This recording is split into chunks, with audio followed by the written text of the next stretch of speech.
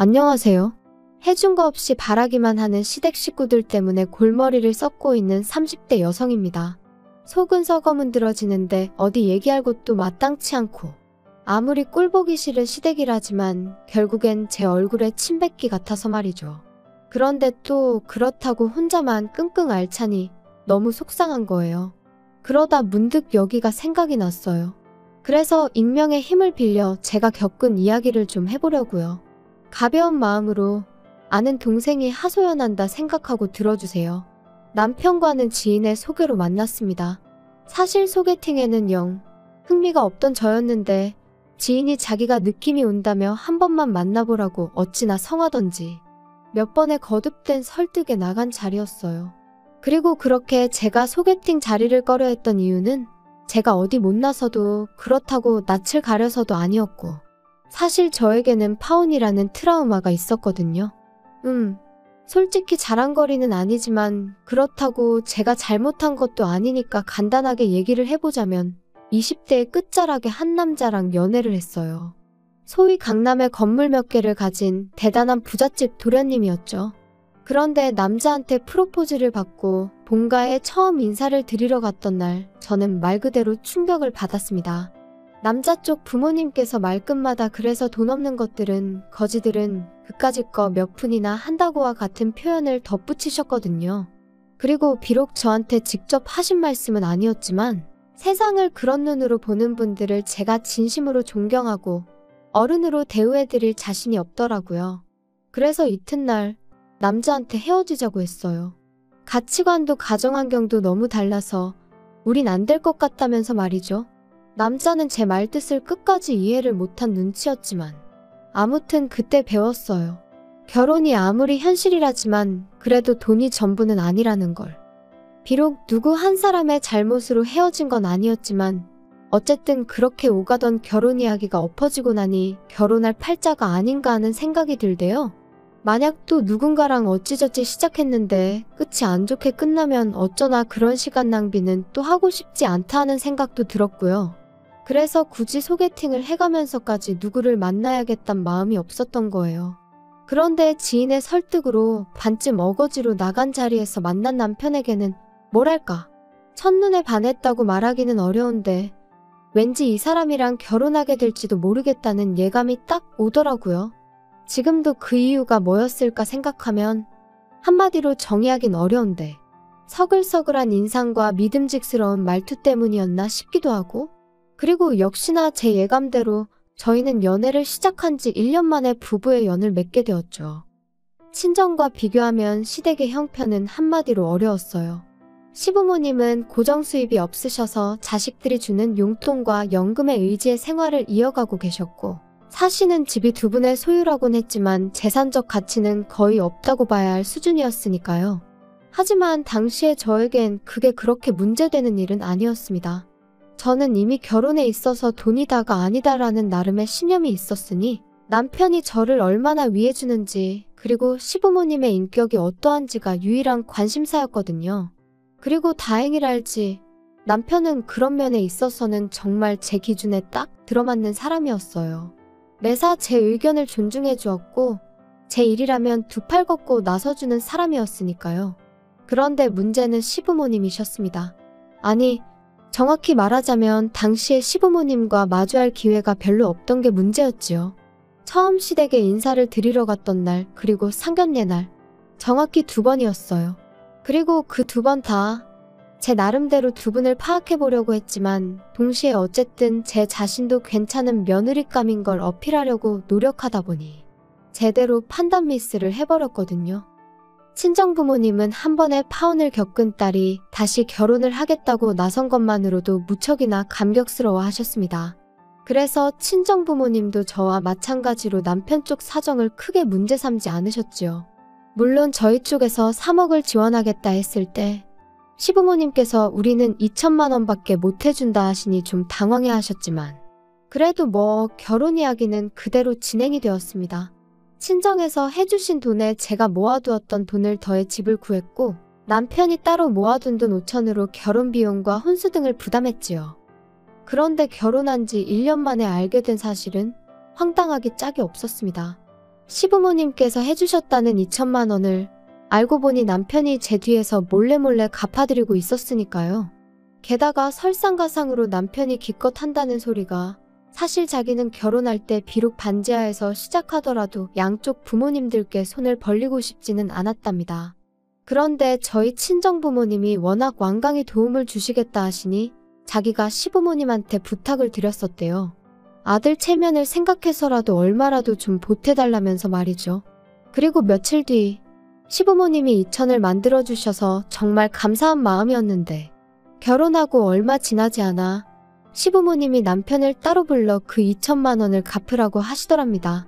참고로 남편은 대학교 1학년 때부터 시부모님께 매달 30이고 50이고 보내드렸대요. 군대 갔을 때를 제외하곤 한 번도 빼먹지 않고 말이죠. 그런데 그런 아들이 장가를 가는데 2천이 적다는 건 아닙니다만 그래도 굳이 그 2천까지 갚으라고 하셨다니 정말 듣는 내내 속상했어요.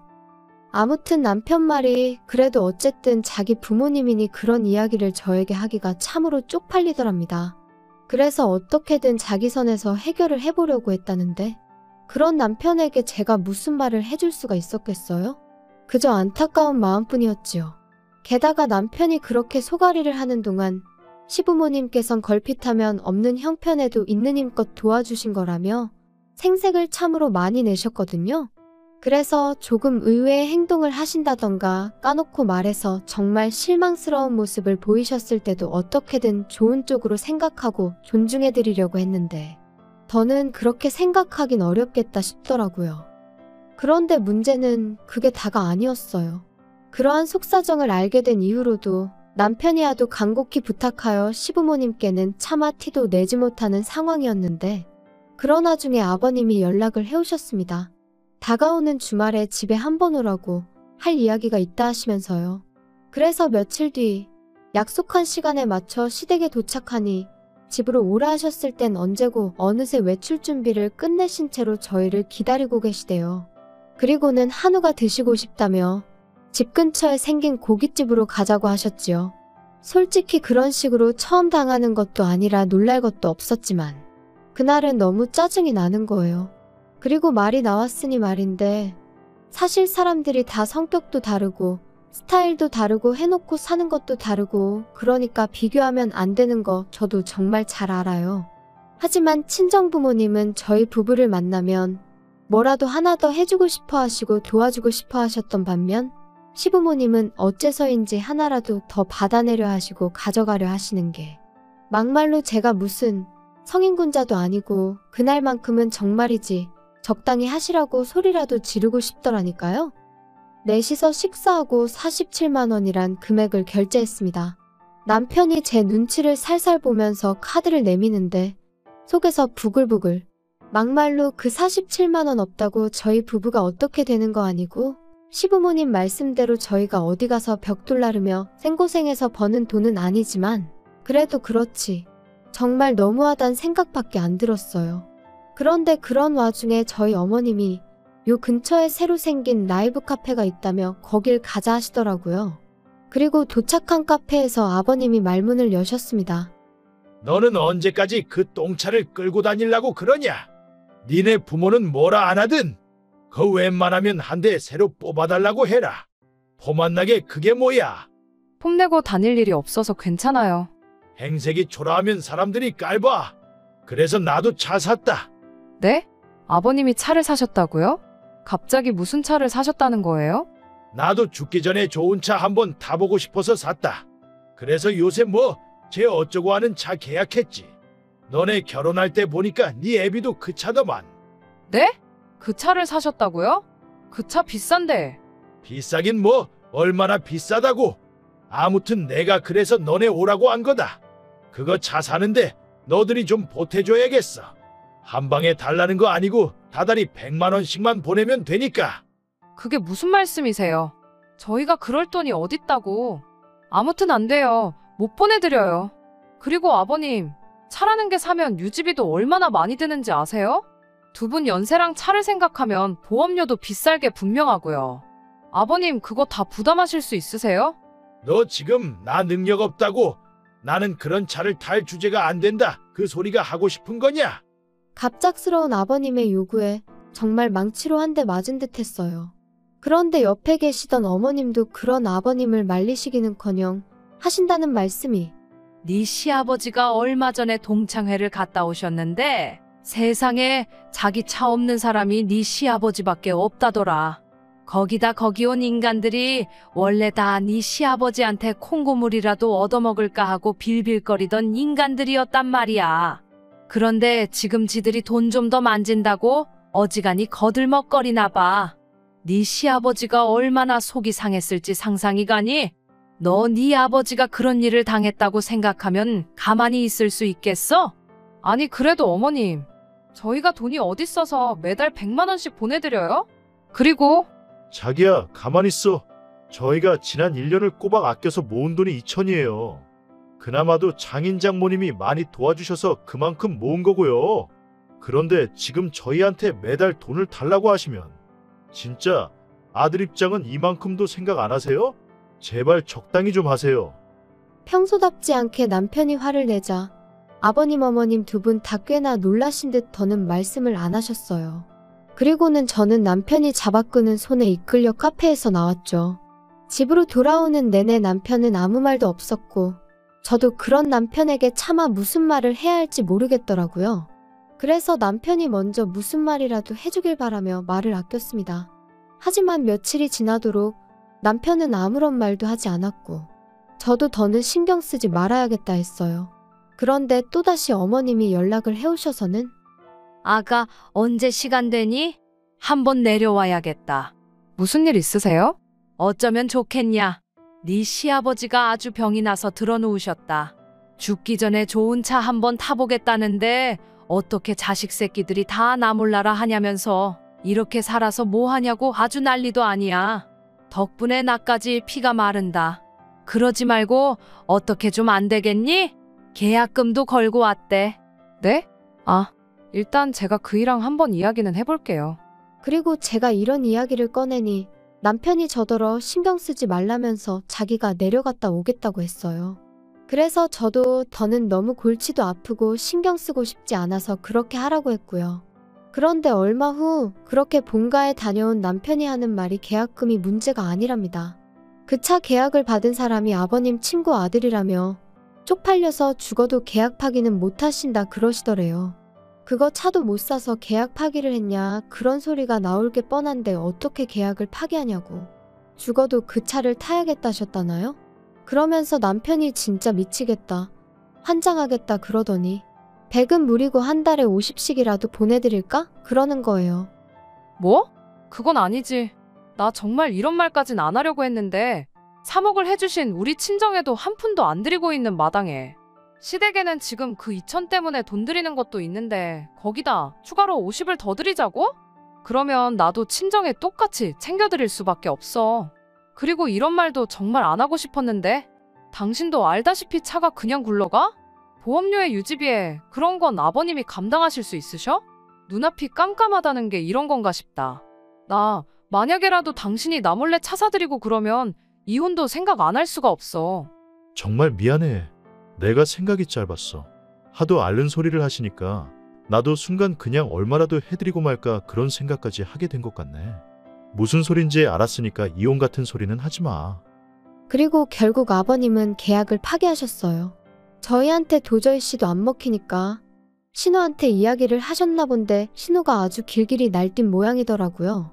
자기한테 해준 게 뭐가 있어서 그런 걸 바라냐면서 아버님더러 양심이 있냐 없냐 그런 소리까지 했다나 봐요.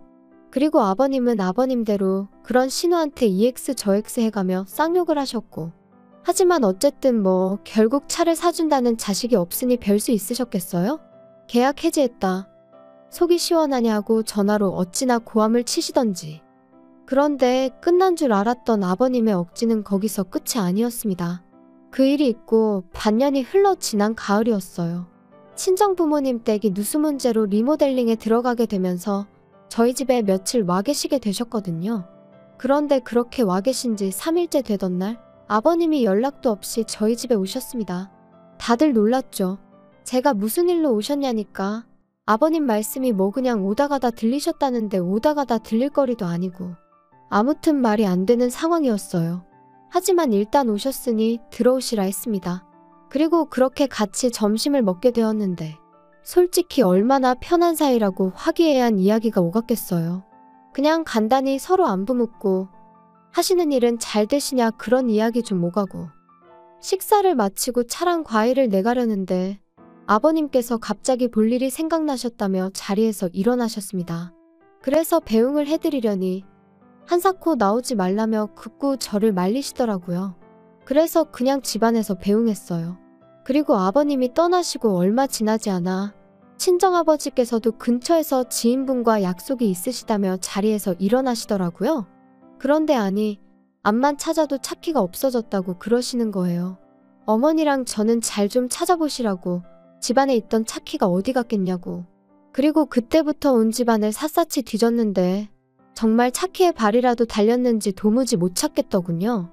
그래서 혹시 주차하고 차 주변에 흘린 거 아니냐 해서 집 밖으로 나왔는데 아니 아파트 단지를 몇 바퀴를 돌아도 아버지 차가 안 보이는 게 미치고 팔짝 뛴다는 게 이런 건가 싶은 거예요. 그래서 결국 일단 신고부터 하자 해서 경찰서에 차 도난 신고를 했습니다. 그리고 바로 다음 날이었어요. 친정부모님과 아침 식사를 마치고 어디 모시고 바람이나 쐬고 올까 하는 와중에 모르는 번호로 연락이 와서 받으니 경찰이었습니다. 저희 아버지 차를 찾았다면서 일단 경찰서로 오라고 하더라고요. 그리고 그렇게 찾은 경찰서에는 다름 아닌 시아버지께서 초조한 얼굴을 하고 계셨지요. 아버님이 여기 왜 계세요? 아니, 이게 다 무슨 일이에요? 아버지 설마 장인어른 차를 가져가신 거예요? 아는 분이세요? 이분이 어제 도난 신고된 김영수 씨 차량으로 과속하다 경찰에 잡혔습니다. 네. 아버님, 도대체 왜 그러셨어요? 아버지, 사돈 차를 보고 나니까 그냥 갑자기 성질도 나고 이게 다 니들이 차를 안 사줘서 그런 거 아니냐? 에이씨, 재수가 없으려니까. 어르신, 말씀을 그렇게 하시면 안 되죠. 지금 이거 범죄예요. 범죄. 친정부모님은 그런 아버님의 뻔뻔한 태도에 혀를 내두르셨지만 그렇다고 사돈을 상대로 뭘 어쩌겠냐 하시며 그렇게 일단 저희 아버님은 풀려나셨어요. 그런데 끝까지 말이라도 한마디 미안하다 사과를 안 하시더라고요. 계속해서 차를 안 사줘서 당신이 그런 거라는 둥, 저희 때문에 개망신을 당했다는 둥. 정말이지 남편을 생각해서라도 어떻게든 좋게 넘어가려고 했는데 도무지 답이 안 나온다 싶대요. 게다가 거기서 끝이 아니었습니다. 아버님께서는 당신 아들, 그러니까 저희 남편이 저희 친정부모님께 용서를 구하는 게 마음에 안 드셨는지 대뜸 소리를 꽥 지르셨거든요. 남자가 돼가지고 왜 자꾸 아쉬운 소리를 하냐면서요. 야 임마, 너는 내가 뭘 그렇게 잘못했다고 거기다 대고 빌빌거렸었냐? 내가 막말로 사람을 쳤어 뭘 어쨌어? 그까짓 차 좀 끌고 갔다고 뭔 일을 이렇게 키우는지. 야 며느라, 내가 이런 말까진 안 하려고 했는데 나라고 할 말이 없어서 가만히 있는 게 아니야. 너는 우리한테는 말도 안 하고 그렇게 친정부모를 며칠이나 와 있게 하고 말이지. 너 우리한테는 한 번이라도 와서 주무시고 가라고 한 적 있냐? 차도 그래. 막말로 네 애비가 차 사달라고 했으면 안 된다고 했겠어? 너 시부모가 돈 없다고 무시하고 그러면 안 되는 거야. 아버님, 지금 그게 하실 말씀이세요? 엄연히 아버님이 실수하신 거잖아요. 그런데 왜 자꾸 남 탓을 하시는 거예요? 너 지금 나 가르치냐? 아이고 잘났다 그래. 다른 집은 며느리들이 아버님 하면서 아양도 떨고 잘 봐달라고 용돈도 주고 한다던데 나는 복도 지지리도 없지. 아버님 그런 말씀 마세요. 저야말로 그렇게 치면 정말 시댁복 없거든요? 저는 어디 가서 아버님 얘기 하지도 못해요. 쪽팔려서. 세상에 사돈 차를 훔쳐가는 사람이 어딨어요? 자기야 그만해. 상대하지 마. 뭐 이 자식아 상대하지 마. 너는 아들이 돼서 그게 애비한테 할 소리냐? 아버지면 아버지답게 행동하세요. 저 진짜 지금 이 사람 볼 낯도 없고 장인 장모님한테도 쪽팔려 미치겠으니까요. 그리고 아버지 당분간은 연락하지 마세요.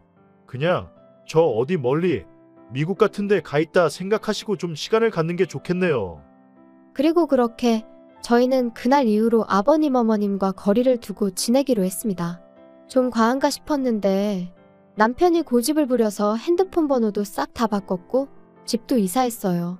다만 혹시나 모를 상황에 대비해 신우에게 제 연락처만 알려줬네요. 참고로 신우는 저희 입장도 시부모님 입장도 어느 정도는 이해하면서 동시에 기약 없이 자기만 자식 노릇을 하게 되는 건 아닌지 아는 그런 걱정을 하는 티가 나더라고요. 그래도 뭐 어쩌겠어요.